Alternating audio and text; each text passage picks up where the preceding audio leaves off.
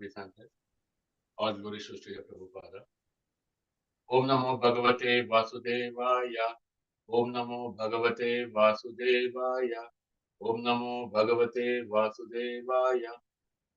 Narayanam Namaskutya Naram Chaiva Narottamam Devim Saraswatim Vyasam Tato Mudireye Shrunatam Swadaha Krishna Punyashana Kirtanaha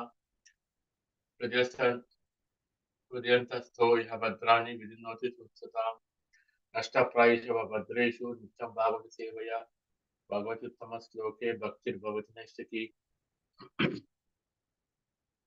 Today I'm going to read from Srimad Bhagavatam, Canto 4, Chapter 7, verse 6 and 7.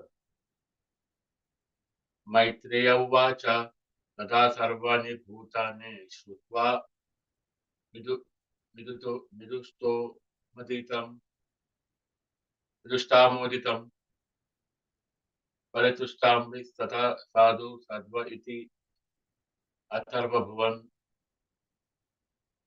Atabhruvan. Synonyms. Maitreya, the sage Maitreya, Uvacha said, Tada, at that time, Sarvani, all, Bhutani,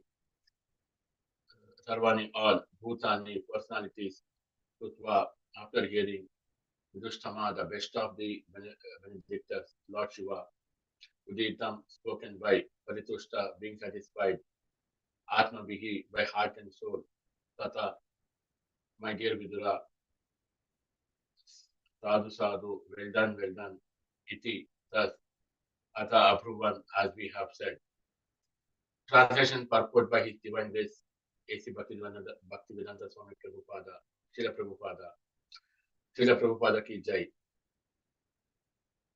Translation. The great sage Maitreya said, My dear Vidura, all the personalities present were very much satisfied in heart and soul upon hearing the words of Lord Shiva, who is the best among the benedictors. Purport. In this verse, Lord Shiva is described as Vidushtama, the best of the benedictors. He is also known as Asatosha, which indicates that he is very quickly satisfied and very quickly angered. It is said that in Bhagavad Gita that less intelligent persons go to the demigods for material benediction. In this connection, people generally go to Lord Shiva, and because he is always quick, satisfied, and gives benedictions to his devotees without consideration. He is called Vidushtama, or the best of benedictors. Materialistic persons are always anxious to get material profit, but they are not serious about spiritual profit. Sometimes, of course, it so happens that Lord Shiva becomes the best benedictor in spiritual life. It is said that once a poor Brahmana worshipped Lord Shiva for a benediction, and Lord Shiva advised the devotee to go to see Sanatana Goswami. The devotee went to Sanatana Goswami and informed him that Lord Shiva had advised him to seek out the best benediction from him, which is from Sanatana.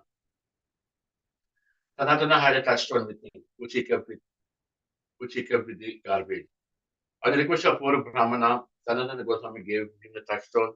The Brahmana was very happy to have it. He now could get as much gold as he desired simply by touching the touchstone to iron.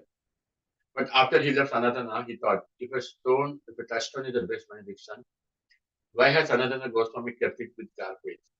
He therefore returned and asked Sanatana Goswami, Sir, if this is the best benediction, why did you keep it with the garbage? Sanatana Goswami then informed him, actually this is not the best benediction, but are you prepared to take the best benediction from me? The Brahmana said, Yes, sir. Lord Shiva has sent me to you for the best benediction. Then Sanatana Goswami asked him to throw the touchstone in the water nearby and then come back. The poor Brahmana did so, and in return, Sanatana Goswami then initiated him with the Hare Krishna mantra. Thus, by the benediction of Lord Shiva, the Brahmana got association of the devotee, association of the best devotee of Lord Krishna, and thus was initiated in the Maha Mantra. Hare Krishna, Krishna Krishna, Hare Hare, Hare Rama, Rama Rama, Hare Hare. Verse 7. Tado Vidvansam Amantriya Shunasiraha Sahasra Sahasrabihi Bhuyasad Devayagnam Samidvat Vedaso Yahu. Translation. Tata, thereafter, Vidvansam, Lord Shiva, Amantriya, inviting Sundarisa, the demigods headed by King Indra, Saha Rishibihi, and with all the great sages headed by Bhrigu, Bhuyaha, again, that Devayagnam place where the demigods are worshipped. Samidvat, with Lord Shiva, Vidadaha, with Lord Brahma, Yahu, went. Translation. Therefore, Bhrigu, the chief of the great sages, invited Lord Shiva to come to the sacrificial arena. Thus, the demigods, accompanied by the sages, Lord Shiva and Lord Brahma, all went to the place where the great sacrifice was being performed. Purport.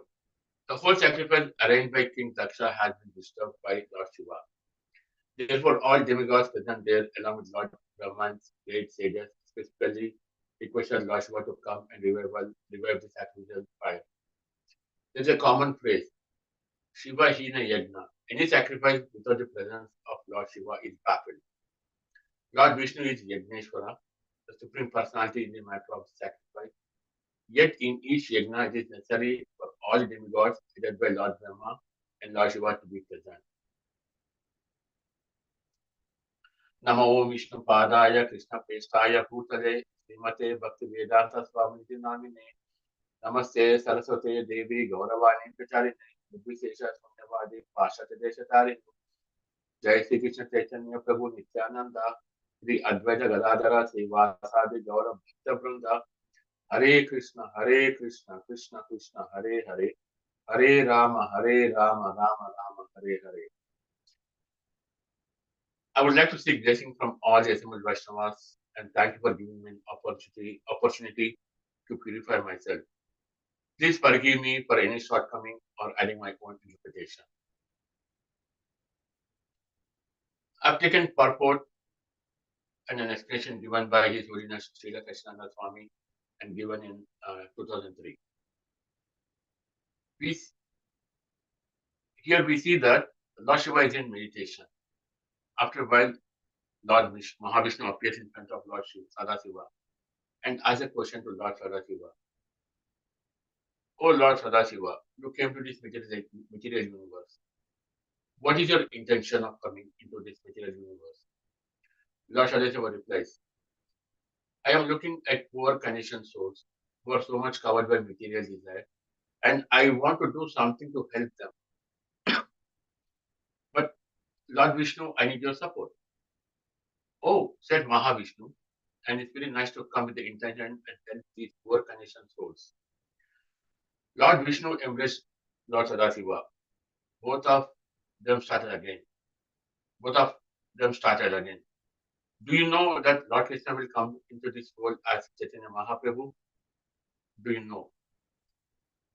Lord Vishnu said, you and me will participate in this incarnation and assist our Lord. We will together take one form and we will come out the best of the Brahmanas and the name called Advaita Acharya. Both Mahavishnu and Sadashiva came and merged into one form. If you do not know Advaita Acharya, he is a combination of Sadashiva in his most merciful mood along with Mahavishnu. So, both Lord Mahavishnu and Sadashiva appeared in the womb of Nabha Devi, who was married to Kubera Pandit. Kubera Pandit is a courtier in the kingdom of Divya Singh Dev. Now, something interesting happened here. When Nabha Devi heard this personality in the womb and her heart had an interested vision. She saw her baby was visited by Yamaraj, son of sun god, whom we also call the god of death. Yamaraj mentioned to Nabha Devi that his visit has no intention to harm Advaita Acharya. No.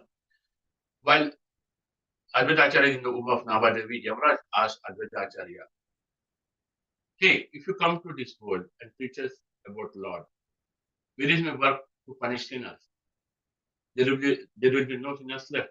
please reconsider your thought. Please don't appear.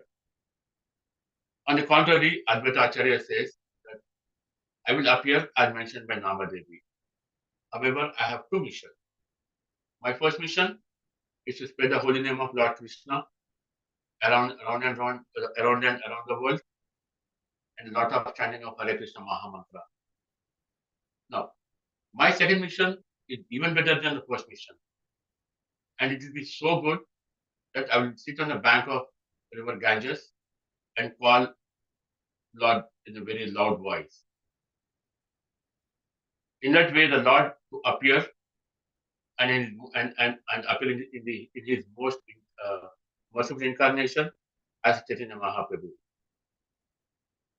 You need to know that how Advaita Acharya can call loud. Sometimes his call is original Sadashiva, which is Rudra. Now, once let me give a quick example of how loud Advaita Acharya used to roar. Once Advaita Acharya was very young, and when Prince, the son of King, visited Advaita Acharya, and he also called as Kamalaksha, paid obeisances to goddess Kali. Kamalaksha stood like this, and Prince was and then the prince visited Advaita Acharya, was called Kamalaksha, paid obeisances to goddess Kali. Kamalaksha said, "Hey, Kamalaksha, why don't you go in front of goddess Kali?" And Prince asked, "Do you have anything against Mother Kali?" During that time, Kamalaksha became very furious. Now, he's the original form of Rudra who can burn the material world.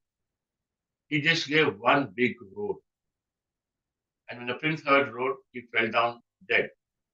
It was so loud that when his father, king, came, yeah, Kamalaksha, what did you do to my son? It is not good to kill people. Advaita Acharya said, "O king, your son prince is not dead. He just fainted." Kamalaksha, Advaita Acharya took some water, sprinkled on the prince's face, and there was no problem. Prince came back to life. Now, coming back to the conversation of Advaita Acharya in the womb of Namadevi, he says, Yamaraja, I will appear. I will help Chaitanya Prabhu also appear. We will preach Lord Krishna. Now, do not worry that you will not have work. You will still have work. You will punish those who offend Vaishnavas and again those who have a pride with a wrong logic. This is how Lord Shiva is very merciful, who came in a combined form along with Lord Vishnu, also called as Hari Hara. And he actually helped spread the Hare Krishna Mahamantra across the world. Now, here, this is where we see Lord Shiva is very interested in the elevation of the conditioned soul, helping the conditioned souls. I want to take one more analogy here as illustrated by His Holiness Gauranga Darshan Das, again in regards to the anger and the mercifulness of Lord Shiva. There used to be a snake who used to kill people who travel along that way. One day, one person came and requested that snake, "Oh snake, don't kill me. Don't kill anybody who's going across it."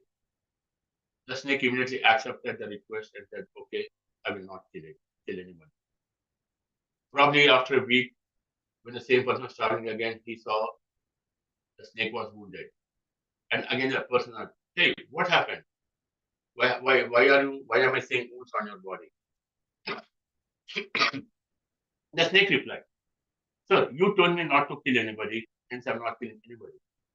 But the person said, "I told you not to kill, but you can still show your anger to make sure people run away from you who's trying to harm you." So the snake missed that logic of his own strength of showing angerness, but not killing. Now, if I really convert this story into the current material world, we actually translate this as something called as "don't judge a book by its cover."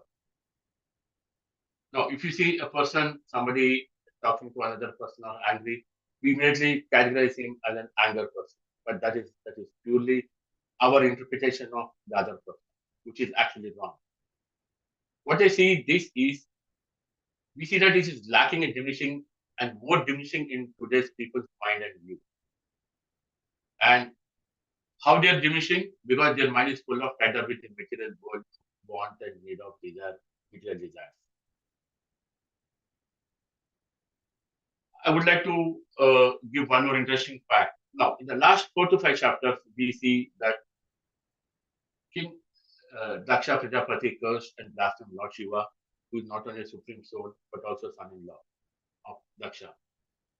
Now, the misinterpretation, what at least I can see, is when Lord Shiva was chanting and saying supreme soul, Daksha thought that it was disrespectful to him.